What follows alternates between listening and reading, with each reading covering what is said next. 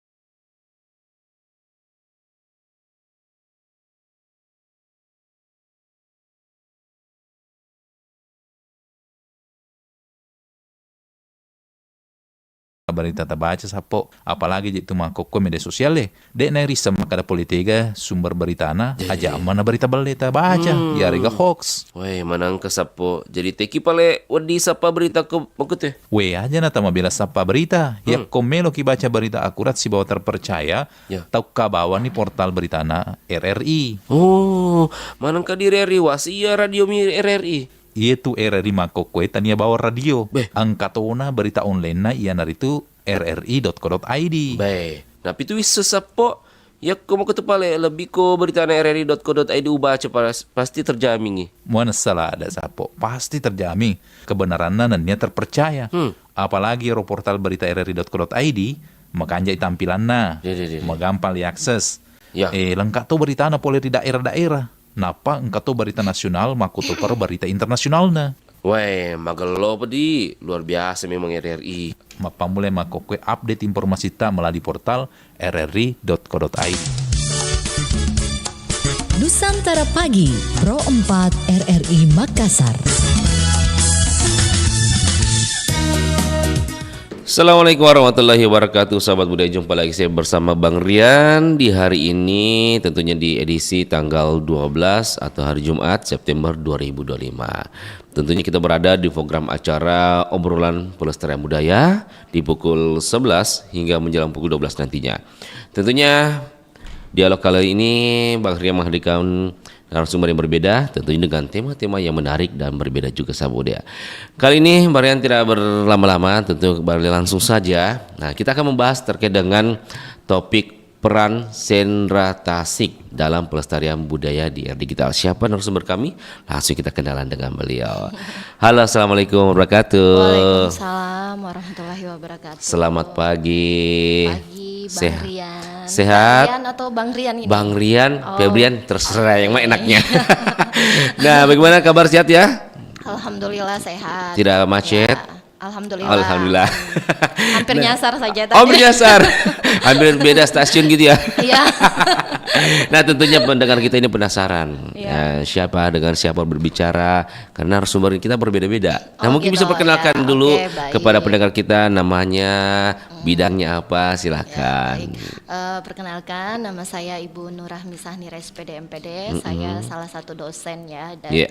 dari jurusan Prodi Pendidikan Seni Drama dan Tari, Oh, musik ya, Sentra Tasik yang ada di FSD Fakultas Seni dan Desain Universitas Negeri Makassar. UNM ternyata. Nah, tentunya sahabat budaya kita sudah tahu ya. Mungkin enaknya saya panggil siapa ini? Kak Rahmi. Kak Rahmi ya, saja, karena kelihatan masih muda ini Kak Rahmi. Lebih muda lagi daripada saya. Ya betul. Baik Ya. Kak, ini Oke. kita langsung turun poin saja di pagi hari ini. Dialognya yang menarik nih. Mungkin Ya, pendengar kita juga ini kan banyak yang penyuka seni, drama. Bahkan kita punya tari, musik. paket-paket drama kita juga punya. Nah, Kak Rahmi, kalau kita melihat dari topik kita, peran Sentra Tasik dalam pelestarian budaya di era digital. Iya, betul. Nah, menurut Tak, seberapa penting peran seni, terutama seni drama, tari, dan musik dalam melestarikan budaya di era serba digital ini, Kak Oke, Rahmi? baik. Sebelumnya terima kasih banyak ya sebenarnya karena saya sudah diundang Oh, ya. ke sini untuk Iya. berbicara membahas terkait pelestarian seni budaya ya, khususnya di bidang seni, drama, tari dan musik ya. Jadi kalau kita berbicara sebenarnya terkait seni, Iya. tentunya kita berbicara selalu dengan kearifan lokal. Oh. Ya, berbicara tentang sejarah, Iya. berbicara tentang nilai. Jadi di era digital saat ini tentu memang ini menjadi jembatan agar budaya kita itu tetap dilestarikan. Oh, iya. Ya betul, karena apa ya istilahnya pelestarian budaya itu tidak cuma sekedar pelestarian lokal ya. Bahkan kalau di era digital ini kita bisa sampai akses global, internasional seperti itu. Entah itu dari segi apa, apalagi sekarang kan kita tahu ya bahwasanya pemerintah itu sangat mendukung pelestarian seni budaya melalui program-program pelestarian budaya yang selalu mendukung Asta Cita Oh ya, iya, Asta dan Cita. SDGs itu yang program SDGs itu. Jadi memang sangat Penting ya? penting adanya apa ya istilahnya pelestarian budaya ini di era digital. digital ya. ini. Betul. Nah, memang ini menjadi sebuah kesempatan juga menurut kami ya. Iya, betul. Kesempatan kan kalau kita melihat dulu kalau sebelum adanya digital, Iya. untuk pelestarian budaya seni dan lain-lain itu agak sulit. Mungkin Iya. hanya melalui beberapa platform saja. Sekarang kan sudah banyak platform yang bisa betul sekali. dimanfaatkan oleh para pelestari maupun para pelestari yang lainnya. Nah, banyak dari kita mungkin berpikir bahwa seni tradisional dan teknologi itu dua hal yang berbeda. Bagaimana Ibu melihat hubungan keduanya bahkan Iya. bisa saling mendukung?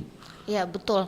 Sebenarnya kalau berpikir dua hal yang berbeda itu, kalau saya pribadi ya, malah saya menganggap bahwa ini sesuatu yang sangat positif.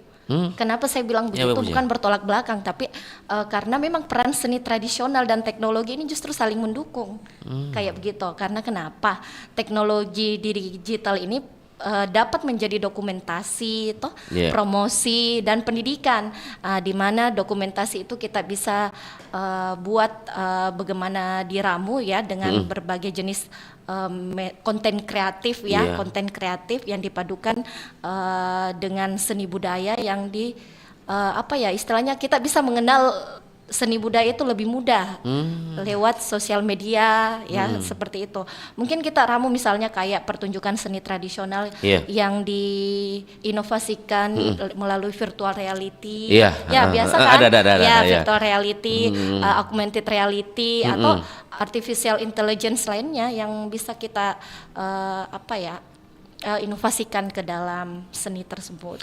Jadi memang saling mendukung. Saling mendukung Iya. ya. Kalau kita mau lihat mana lebih efektif pelestarian, apakah secara langsung diperlihatkan ke masyarakat atau melalui digital atau berbasis platform lainnya. Kalau menurut Mbak Rahmi, pengamatan Pak Karami Kalau sendiri. efektif dengan tidak efektifnya itu semua sebenarnya sama-sama efektif ya. Hanya kalau kita berbicara tentang seni tradisional tentu berbicara tentang nilai atau filosofi yang ingin disampaikan, makna. Ya yang penting tidak keluar dari konteks itu, ya insya Allah semua efektif. Efektif Seperti itu, iya. mungkin bagi orang ada sedikit beda feel-nya. Iya. Enak kayaknya yang lebih langsung lihat Iya, gitu ya. betul. Tapi ada mungkin yang jarak jauhnya, ada platform nih, lihat saja deh langsung. Iya, Jadi betul. mudah gitu ya. Betul. Jadi ada memang Iya. hanya kan keterbatasan akses saja Iya. yang membuat kita agak merasakan feel dari seni pertunjukan itu agak kurang kalau misalnya kita melihat secara virtual atau dari melalui platform-platform teknologi begitu. Karena kalau kita berbicara tentang seni pertunjukan tentu kita harus terlibat langsung. Ya, Terlibat terlibat langsung. di dalam seperti itu. Jadi kita akan merasakan secara langsung seperti itu. Hanya memang kalau kita dibilang pelestarian budaya itu tentu kita harus menggunakan teknologi di dalamnya untuk mendukung aksesibilitasnya seperti Berarti itu. memang ini peran dari ini mengikuti zaman bisa jadi Ya, bisa betul, dimasuk dimanapun betul, bisa. Makanya itu di sini kita butuh kolaborasi sebenarnya, Oh iya, akademisi, kolaborasi. seniman, Iya. mahasiswa, Iya. dan peserta didik di sekolah-sekolah. Bahkan memang peran pemerintah di sini sangat besar. Oh, jelas harus Iya, peran besar iya, juga. untuk mendukung pelestarian tersebut. Karena saya juga kaget, pernah ada dulu narasumber orang ada teknologi dia buat. Iya, betul. Itu VR. VR, ya. VR, ternyata orang bisa melihat isi museum Ya, tanpa harus betul. datang. Wah. Berarti dari drama musik tari juga bisa begitu ya? Bisa, sangat bisa. Jadi nantinya kan misalnya kemarin saya sempat melakukan penelitian Iya. terkait itu virtual reality, bagaimana caranya berinovasi Iya. tari tradisional tersebut, misalnya kayak tari Bosara ya, yang biasanya kan tari Bosara itu yang waktu zaman dulu itu kan kita sering saksikan sebagai penyambutan tamu-tamu agung, Iya, kerajaan kehormatan. apa dan semua ya. Tetapi kalau kita ramus untuk bisa ditahu oleh kalangan muda, generasi muda ini, Iya. kita buat virtual reality-nya, kita rekam, kita dokumentasikan. Iya. Melalui kamera 360. Oh iya 360. Ya, kamera betul, 360. Kamera 360 itu yang akan men-shoot ya dari sisi manapun. Jadi jadi kita terkesan Reality, ketika kita realita. terkait seakan-akan kita merasakan bahwa kita berada di Berada panggung situ. di situ, berada di situ. Jadi saya sudah pernah melaksanakan seperti itu. Begitu. Kami melakukan penelitian itu terkait itu. Dan alhamdulillah responnya bagus. Ya, bagaimana responnya itu masyarakat ketika peran dari berbagai musik drama itu digitalkan? Digitalkan ya, seperti itu. Jadi mungkin dari segi penikmatnya atau menyaksikan itu kan aksesnya sudah mudah ya, karena bisa di YouTube ya, bisa di TikTok atau dimanapun. Hanya kalau kita istilahnya kita menyaksikan virtual reality itu secara langsung. Mungkin di situ kita bisa memang merasakan, tapi kalau untuk dibilang lebih lanjut untuk mengetahui makna dan segalanya itu mungkin itu membutuhkan pengembangan media ajarnya lagi begitu ya. Jadi di situ bisa ada penjelasan terkait bahwasanya ini maksudnya ragam kerapnya ini, maknanya ini seperti Berarti itu. memberikan kemudahan juga ketika orang ingin belajar tari, melihat dari digital. Ya, Kan tidak harus lagi datang ke sanggar Iya, betul. Bahkan saya malah berencana ya, bagaimana caranya sanggar masuk sekolah. Ada program seperti itu. Oh iya. Ya, itu sebenarnya menarik sih karena insya Allah ya, semoga penelitian saya ini bisa diterima oleh pemerintah ya, kementerian. Jadi program masuk sekolah kan, sanggar masuk sekolah ya. Jadi kalau misalnya kan biasa kita dengar jaksa masuk sekolah, polisi masuk sekolah ya. Bagaimana kalau kita bikin sanggar masuk sekolah? Iya. Jadi bentuk pelestarian seni budayanya tuh lebih dapat kalau misalnya kita bisa terapkan itu. Tapi memang kalau dari pengamatan dari Kak Rahmi sendiri, membuat program sanggar masuk sekolah, sejauh ini memang tidak ada pengajaran seni dan lain-lain di sekolah sehingga dimunculkan sanggar masuk sekolah. Oh iya betul.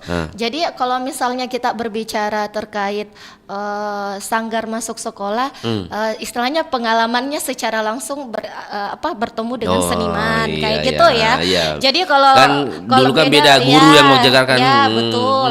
Apalagi kalau misalnya kayak di sekolah-sekolah SD kan, itu gurunya kan guru-guru kelas, bukan guru seni budaya. Jadi mereka jelas masih membutuhkan bantuan, entah itu dari segi praktisi ya, untuk masuk membantu dia mengajarkan tari tersebut. Itu pun mungkin yang diajarkan guru terbatas ilmunya, pengetahuannya kan betul, beda sama yang pelaku langsung. Ya, seniman langsungnya. Menarik. Jadi memang itu program sangat menarik sih. Baik. Nah, sebagai dosen pendidikan seni, bagaimana Kak Rahmi melihat minat anak muda terhadap seni tradisional saat ini? Mungkin itu drama, musik dan lain-lain. Bagaimana pengamatan? Apa kan ada mahasiswa semua, ada mudanya? Iya betul.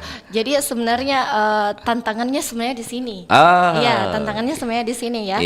Karena memang kalau kita melihat pengaruh budaya populer yang sekarang K-pop. Iya betul, yang ikut ngetren di TikTok viral dan semua.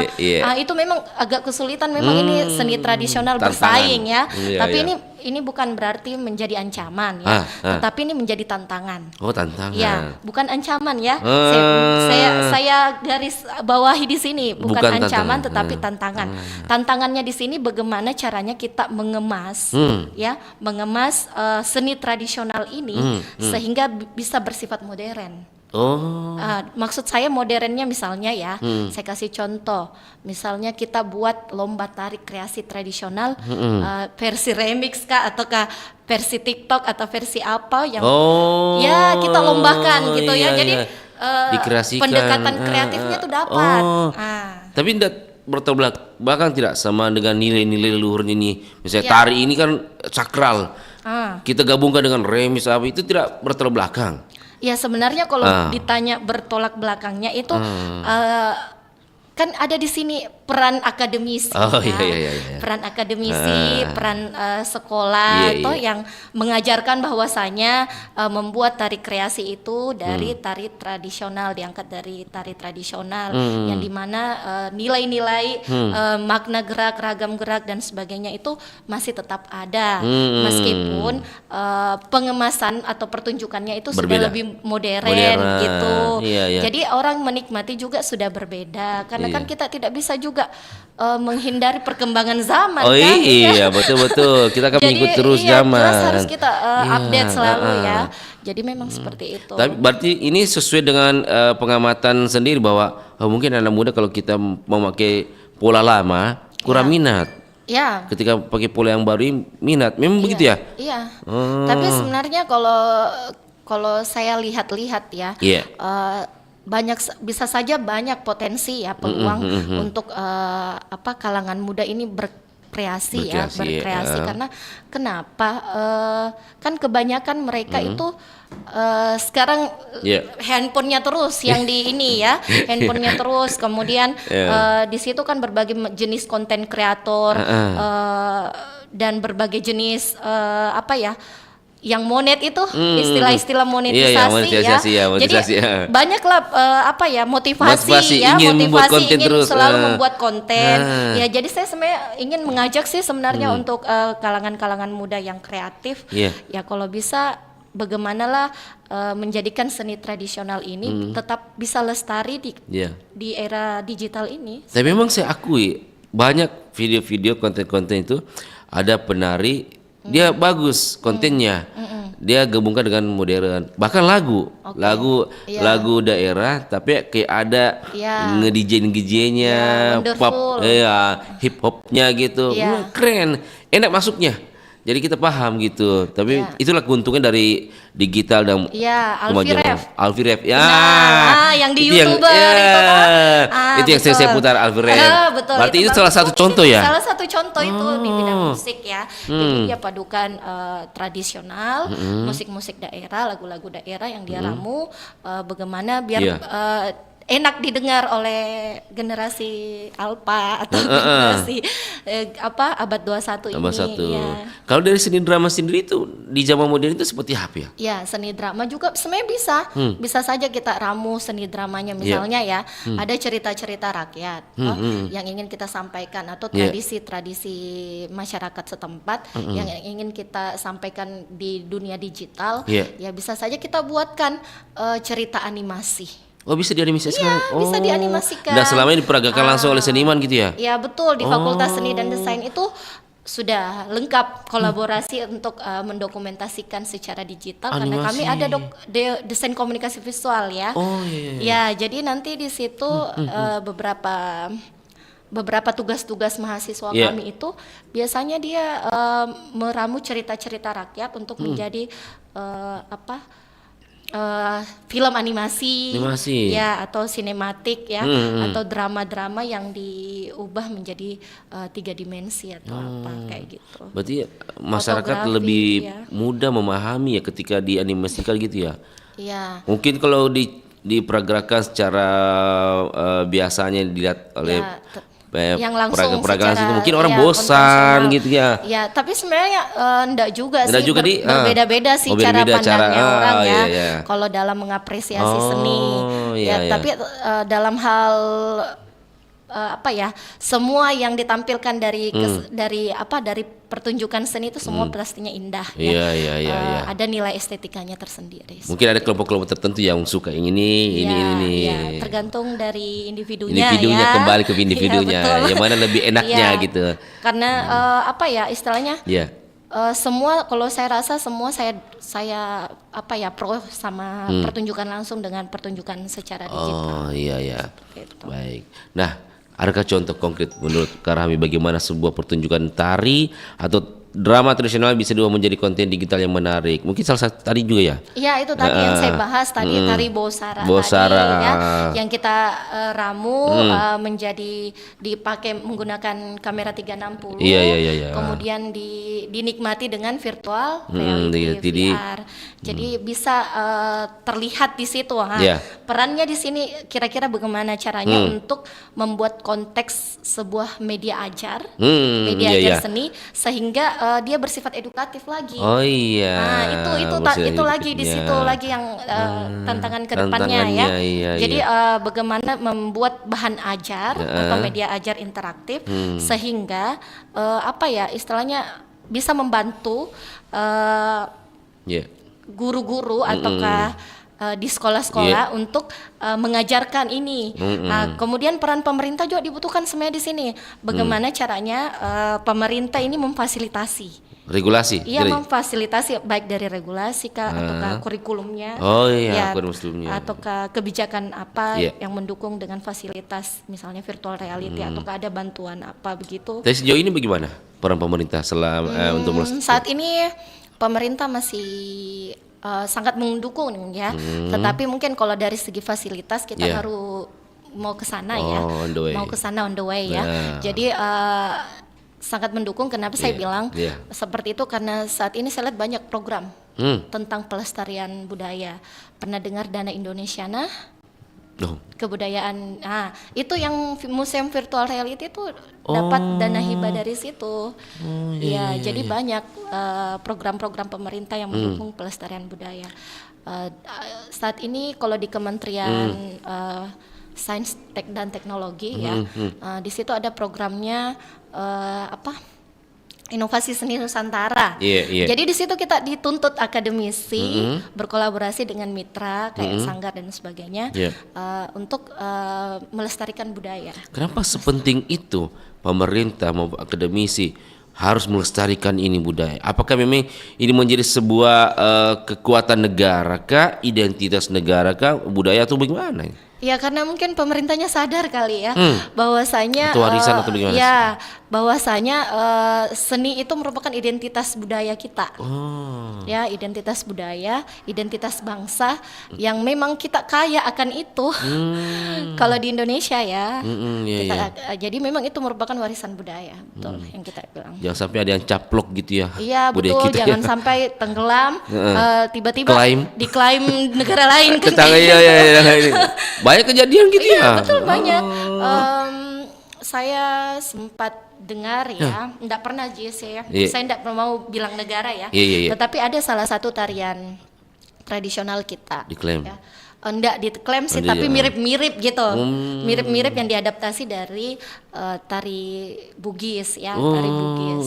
Jadi memang jadi kalau kita tidak segera melakukan pelestarian budaya yang seperti ini, nanti akan bisa jadi akan punah dan hilang, bahkan tidak diingat lagi. Bahkan kita tidak tahu, orang lain tahu. Ya, makanya itu ini harus diarsipkan, arsip digital gitu ya, biar kapanpun dan sampai kapanpun itu tetap diingat dan dikenal sama masyarakat Indonesia. Jangan sampai itu memang kita yang punya, tapi ini yang pergi merantau di sana dikembangkan seolah-olah dia yang punya. Betul. Nah, kebanyakan seperti itu. Padahal itu masyarakat kita yang merantau dulu. Ya, betul. Begitu ya. Nah, lalu dia inovasikan, dia kreativitaskan kembali seperti apa sehingga dia mengklaim bahwa ini tarian saya ciptakan kayak gitu ya. Padahal itu nenek moyangnya dari nenek moyang dulu orang sini dia.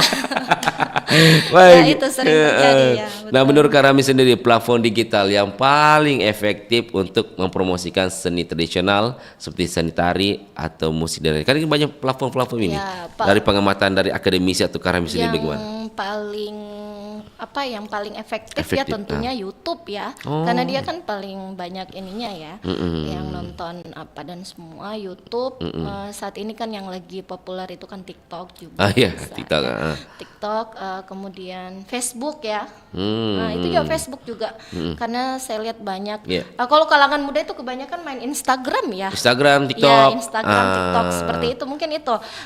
Terus kalau misalnya berbicara platform digital ya. Yeah. Yang paling efektif untuk pelestarian budaya itu juga kita bisa mengandalkan website interaktif atau learning gitu.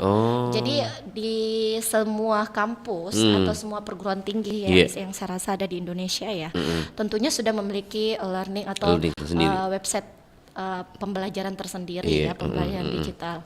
Jadi disitulah tempatnya kita bisa memberi pemahaman atau pelestarian budaya ini. Tapi kalau saya ingin tanyakan di kampus Karami sendiri, memang sudah diajarkan kepada generasi kita itu terkait dengan bagaimana kita ke depan ini, apalagi kita harus berbaur dengan kemajuan teknologi, itu sudah diajarkan. Ya, betul. Jadi dari semester 1 di pendidikan seni drama tari dan musik, kebetulan saya juga yang ngajar di situ ya. Jadi memang saya sudah tekankan kepada mahasiswa bahwa kalian harus mampu update. Ya, jadi janganlah selalu merasa ada di zona nyaman di metode konvensional yang kan biasa ada orang, saya sudah nyaman di sini. Saya udah nggak mau deh ikut-ikut yang perkembangan itu kan kayak begitu. Saya selalu tekankan ke situ bahwa kalian ini kan sudah generasi keberapa ya gitu, yang harus memang selalu up to date dengan perkembangan zaman, di mana kurikulum kita juga saja kan sudah berapa kali berubah ya. Jadi sangat beda menteri beda kurikulum lagi. Ya betul. Jadi memang kita hidup itu harus selalu update gitu. Tapi kan terkadang juga orang bertanya-tanya ketika kita fokus kepada seni, feedbacknya ke kita dari sisi ekonomi ada tidak menurut Karami? Mungkin kalau kita menggeluti terlalu banyak ke seni, sedangkan kita kan hidup butuh biaya gitu, apakah bisa menguntungkan juga bagi kita? Banyak lah. Banyak. Contohnya seperti apa ya? Oke. Jadi misalnya ya, kalau dari segi ekonomi kreatif, kenapa saya bilang ekonomi kreatif? Sanggar-sanggar itu kan sudah termasuk kategori ekonomi kreatif ya. Karena mereka ketika dipanggil untuk pertunjukan, jelas dapat biaya jasanya. Biaya jasa. Itu juga monetisasi. kan bisa monetisasi. Iya. Ada Facebook, ada YouTube yang monet, TikTok. Nah, ini makanya sebenarnya kesempatan, peluang besar untuk bagaimana memperoleh cuan ya. Cuan. Ya, sebenarnya banyak sumber. Hanya kalau dari segi akademisi, ya kita kan juga ada beberapa program pemerintah tadi yang saya katakan kan itu bisa juga, bahkan ada juga saya beberapa teman menjual karyanya ya. Kalau misalnya dia diminta untuk membuat suatu karya seni, terus dia itu kan dibayar kayak gitu. Dia jual, dia jual karya seninya, entah itu tari, dramanya, atau film pendek, drama pendek gitu ya. Iya banyak kok. Ternyata berpeluang juga. Iya, berpeluang, sangat berpeluang. Apalagi musik musik, betul, live musik itu kan banyak juga kan. Nah, itu semua sumber cuan. Seperti Alfi kan, itu kan keren-keren lagunya itu. Alfi Ref itu, saya ngefans banget juga itu. Betul. Dia bagus kolaborasinya. Penyanyi juga dapat juga lagu-lagu daerahnya. Pokoknya kearifan lokalnya dapat semua. Iya, betul. Itu salah satu contoh ya, maksud saya bagaimana biar generasi kita bisa mengikuti hal yang seperti itu, bahkan lebih bagus lagi dari Alfi Rep. Baik. Nah, bagaimana kalau kita memastikan bahwa digitalisasi seni ini tidak menghilangkan nilai-nilai luhur dan filosofis dari budaya aslinya? Sebelum dijawab, kita lakukan satu buah lagu dulu, Kak. Oh, begitu.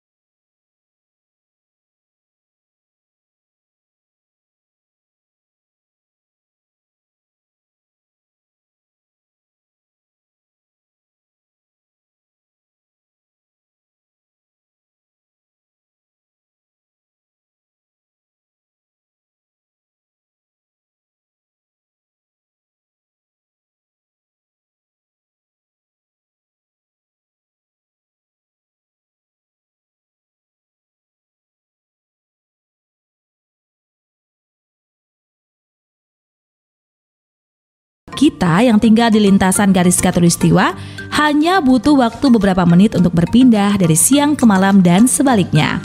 Ini karena durasi matahari untuk terbit dan tenggelam di negara yang dilintasi garis khatulistiwa adalah yang tercepat di bumi.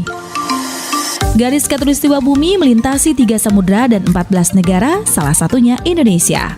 Dan hanya kota Pontianak di Kalimantan Barat yang tepat dilintasi garis khatulistiwa atau persis memisahkan bumi belahan utara dan selatan.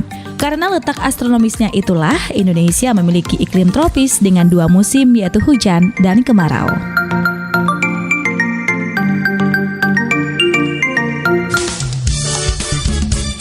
Nusantara Pagi, Pro 4 RRI Makassar. Selesai untuk lebih masih bersama kami di acara obrolan budaya bersama Bang Rian, tentu dengan Karahmi. Ya. Nah, kita lanjutkan tadi pertanyaannya. Nah, Karahmi, bagaimana kita bisa memastikan bahwa digitalisasi seni ini tidak menghilangkan nilai-nilai luhur dan filosofis dari budaya aslinya? Ya betul, ini juga sangat penting ya. Pertanyaannya sangat penting karena kenapa? Kuncinya sebenarnya ada pada kurasi dan bimbingan. Oh iya. Nah, jadi konten digital harus tetap menekankan filosofi dan nilai budaya. Ya bukan sekedar estetika visual saja, ya. Jadi sebenarnya pelestarian seni budaya itu kita tekankan ke nilainya, memang nilai-nilai luhurnya ya. Jadi artinya ketika kita membuat animasi tari atau teater atau drama, video interaktif, jadi makna gerak, simbol, kostum dan sebagainya, makna ceritanya harus tetap dijelaskan, harus tetap disampaikan ya. Jadi misalnya akademisi di sini bisa berperan sebagai mediator, ya sebagai mediator menjembatani pengetahuan budaya dengan pengemasan teknologi ya. Sehingga misalnya kita membuat media ajar interaktif, yang dimana anak-anak sekolah maupun masyarakat luar bisa mempelajari budaya tersebut dengan benar, tidak salah tangkap gitu ya. Kan biasa kalau kita lihat lain pemaknaannya gitu toh, lari dari konteksnya. Jadi memang pakemnya itu harus tetap harus sesuai pakem kalau kita berbicara tentang seni tradisional. Jangan sampai ada aliran lain lagi masuk. Aliran sesat. Aliran sesat itu yang kita dan tugas memang tanggung jawabnya orang seni itu di situ. Mengawal terus gitu ya. Ya, betul. Terkadang memang ada mengajarkan sebuah seni itu di luar dari filosofisnya. Bahkan mungkin dia buat sendiri tapi mengatasnamakan filosofis yang aslinya. Ada biasa begitu. Yang mengklaim begitu mengklaim, ya mungkin bisa saja ada ya, tapi mungkin tapi kalau kami dari sisi akademisi ya tentunya kita tekankan ke mahasiswa bagaimana caranya membuat tari karena kan ada mata kuliah koreografi juga kan kayak gitu. Jadi di mata kuliah itu kita tekankan mahasiswanya apa ya sebenarnya ingin kamu sampaikan. Ya kamu buat deskripsinya dulu, kamu buat ininya dulu, baru membuat ragam geraknya. Nggak asal-asalan, dia ada tahapannya. Iya, ada tahapan. Jadi nggak asal langsung buat joget-joget gitu, nggak langsung gerak-gerak gitu, nggak langsung. Pas dipergaga 2 kali lupa gerak yang tadi. Ya, jadi memang penting sekali tuh nilai filosofisnya filosofi itu. Baik. Apa tantangan terbesar yang dihadapi seniman, budayawan, bahkan mungkin akademisi dalam mengadopsi teknologi digital? Apakah dari segi biaya, kemampuan atau lainnya? Ya itu yang pertama, biaya. Makanya tadi butuh dukungan pemerintah kan sih. Biaya. Ya. Jadi biaya produksi itu memang mahal ya. Kalau dibilang konten digital yang berkualitas ya. Kalau kita mau buat rekaman yang berkualitas, film-film saja tuh kan butuh biaya besar kan. Jadi sama halnya kalau misalnya kita mau dokumentasikan tari tradisional tersebut dengan virtual reality, kita membutuhkan kamera dengan kualitas yang bagus ya, DSLR dan semua. Begitu juga kita butuh aplikasi animasi profesional, editing ya. Jadi memang itu tantangan yang pertama ya. Jadi biaya produksi. Yang kedua keterampilan seniman. Senimannya lagi. Keterampilan seniman yang kadang belum bisa terbiasa dengan teknologi digital ya. Biasa ada begitu. Biasa gitu. Dia kan cuman bisa tampil saja gitu ya. Gaptek gitu ya. Ya pas direkam dia agak ini kaku, agak ini ya. Itu juga tantangan itu. Jadi itu salah satu tantangan terbesar juga sih kalau misalnya saya tidak mau direkam seperti ini kayak yang diatur, dia maunya mengalir saja kan kayak Seperti gitu biasanya. biasa ya. Tapi iya. ya itu juga menjadi tantangan ya. Kemudian apa lagi yang ketiga? Akses. Jadi tidak semua daerah kan memiliki fasilitas. Oh iya. Fasilitas digital entah itu Jaringan. atau apa ya, fasilitas-fasilitas ini. Jadi memang Iya. kolaborasi, kembali lagi kepada kolaborasi itu menjadi hal yang penting dalam pelestarian seni budaya ini ya. Karena akademisi bisa menjadi media menyiapkan pelatihan-pelatihan ya. Pelatihan-pelatihan, sekolah juga bisa memfasilitasi ruang belajar kreatif dan pemerintah juga bisa menyediakan dukungan infrastruktur kan kayak gitu. Pendanaan hibah. Saling mendukung. Ya, hibah-hibah kreatif. Jadi tantangan-tantangan ini bisalah istilahnya tidak menjadi tantangan lagi kalau ada dukungan kolaborasi seperti itu. Apalagi kalau bangga kalau kayaknya sering tampil di luar negeri penampilan tari kita, pertunjukan festival-festival internasional ya. Itu menjadi salah satu upaya pelestarian, dukungan pemerintah mempromosikan ke luar negeri. Betul sekali. Itu salah satu anunya itu. Baik. Dukungannya. Nah, bagaimana seni lokal dapat berkolaborasi dengan ahli teknologi atau konten kreator untuk menciptakan karya yang luar biasa? Ya itu tadi saya bilang kalau misalnya kita kolaborasi seniman lokal, kan program yang saya katakan tadi bagus ya, adanya sanggar yang masuk ke sekolah, kemudian dari situ akan tercipta misalnya media ajar interaktif, kan bisa kita hasilkan itu. Nah, misalnya dari segi animasinya ataukah animasi 3 dimensi ini atau video interaktif lalu digunakan di kelas sebagai bahan ajar. Nah, ini kan bisa menjadi kolaborasi yang sangat baik ketika kita mengadakan workshop. Guru-guru diundang ya kan kayak gitu. Kemudian memperkenalkan media ajar yang baik yang mudah diterima oleh siswa dengan penggunaan teknologi itu. Misalnya itu tadi kan alat VR itu bisa. Nah, terkadang saya bertanya-tanya kepada anak muda kita ini di tengah kemajuan informasi, keterbukaan informasi, teknologi, kenapa dia lebih memilih minat budaya orang lain dibandingkan budaya kita sendiri? Seperti baju lah contohnya. Lebih suka pakai baju-baju yang adat dari Korea dan lain-lain itu. Kenapa lebih suka dia dibandingkan kita punya baju adat tersendiri? Baju lokal Bahkan tari, Ya. itu menurut dari secara kita akademis itu apa yang salah di situ? Ya sebenarnya di sisi lain nggak salah juga ya. Nggak salah ya. Dalam artian yang penting dia tidak melupakan bahwa kita juga punya produk lokal ya, produk lokal yang memang juga bagus untuk istilahnya diinovasikan atau maksudnya bisa digunakan ya gitu. Jadi sebenarnya kalau dipikir mungkin mereka merasa ngetren aja kali ya. Bisa jadi. Ya, Atau kebutuhan aja. medsos gitu ya. Ya betul, karena kan sekarang apa-apa harus posting gitu. Ya. Setiap hari ada wajib. Harus ada ini selfie gitu ya. Harus laporan ke medsos. Iya, boleh. Ya, jadi kayak begitu. Hanya itu saja tadi saya bilang harus kita tekankan bahwasannya jangan sampai kita terlupakan budaya-budaya kita itu terlupakan atau budaya-budaya lokal kita itu terlupakan itu aja. Baik. Oke.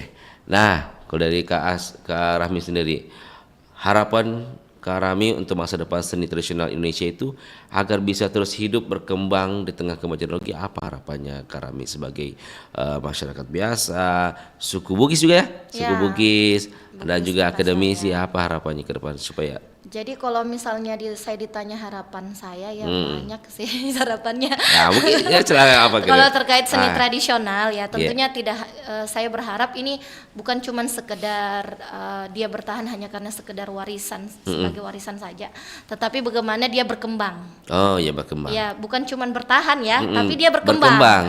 Ya betul. menjadi bagian dari ekonomi kreatif ya. Ekonomi kreatif. Nah, itu bagus banget itu, apalagi kita didukung dengan SDGs itu tadi Iya. ya yang saya bilang, Asta Cita yang mendukung kita, Iya. sehingga kita bisa mampu berdaya saing global. Jadi bukan cuman sekedar kan kalau digital itu kan aksesnya lebih luas, global ya. Iya, global. Nah, jadi ini saya berharap ini seni tradisional itu tidak mentok sebagai warisan saja, tetapi bagaimana dia bisa diakses sampai keluar gitu. Kemudian teknologi dan kolaborasi itu tadi yang saya katakan, Yeah. kolaborasi menjadi kunci di sini, bahwasanya akademisi, Yeah. seniman dan sekolah menjadi sahabat. Ya, bukan lagi dibilang sekedar ancaman teknologi ini, Ya, ya, tetapi ya. menjadi sahabat. Sahabat, ya. ya. Bagaimana caranya Ya. hal ini bisa didukung oleh pemerintah, ya. Bagaimana program-program digitalisasi, festival-festival budaya, ya, Pameran. kurikulum. Bahkan kalau di sekolah ada kurikulum ya, Oh, iya, iya, iya. kurikulum seni budaya yang memang harus sering membahas terkait seni tradisional Iya. kita ya, yang relevan, yang adaptif ya Iya. dengan perkembangan zaman. Kemudian ada juga yang saya katakan tadi, Iya. bahwa ini kan program didukung oleh program SDGs ya. Iya, SDGs. Jadi SDGs 4 kalau tidak salah itu ya, kalau pendidikan berkualitas. Iya. Jadi memang tempat untuk melestarikan budaya itu lewat pendidikan itu. Selain itu juga kita ada juga SDGs tentang kota dan komunitas berkelanjutan. Komunitas-komunitas ini yaitu sanggar-sanggar seni tadi. Oh, iya. Yang saya bilang bagaimana caranya pengembangan karakter generasi muda bisa terbentuk di situ untuk melestarikan budaya, bahwasanya identitas nasional bangsa Indonesia itu ada di situ, gitu itu yang ya. penting. Jadi bisalah diakses secara luas. Gitu. Baik, Karami. Satu pesan untuk pendengar kita, untuk masyarakat. Ya, Apa kira-kira yang ingin kita sampaikan? apa ya? Ya sebenarnya kalau pesan, ya saya berbicara melestarikan budaya tak. Jadi kalau misalnya orang bilang bangga dengan budaya luar, ya kenapa tidak kita bangga dengan budaya sendiri gitu Iya, ya. betul. Jadi ini generasi muda ya, saya berharap apa yang saya sampaikan ini bukan cuma sekedar tontonan ya, tetapi bagaimana menjadi inspirasi untuk berkarya, terus berprestasi, terus berkreasi, memanfaatkan era digitalisasi saat ini untuk menyebarkan budaya Indonesia. Baik. Sebenarnya masih banyak mau kita bahas ini dari penjelasan Karami. Cuma waktu membatasi Iya, kita. betul sekali, ya. Apalagi mungkin dari penampilan kayak masih muda ini, enak-enak juga pendengarannya ini. Oke, makasih banyak Kak Nurahmi Sahnir, Ya, SPD terima MPD sebagai lektor dosen pendidikan Sentra Tasik ya. Fakultas Seni dan Desain UNM, sudah menyempatkan waktu dan mengambil waktunya. Sudah jauh-jauh datang ke RRI, jangan bosan-bosan juga ketika nanti diundang kembali. Ya, insya Allah. Terima Dan kasih banyak. dan juga pendengar, saya Bang Rian juga minta maaf jika ada salah kata selama Bang Rian mohon dialog kita pagi hari ini, pagi menjelang siang maksudnya. Dan kita akan ketemu lagi di program-program selanjutnya. Saya Bang Rian bersama dengan Ibu Nurahmi Sahnir. pamit undur diri dari ruang dengar Anda dengan mengucapkan Assalamualaikum warahmatullahi wabarakatuh. Ya.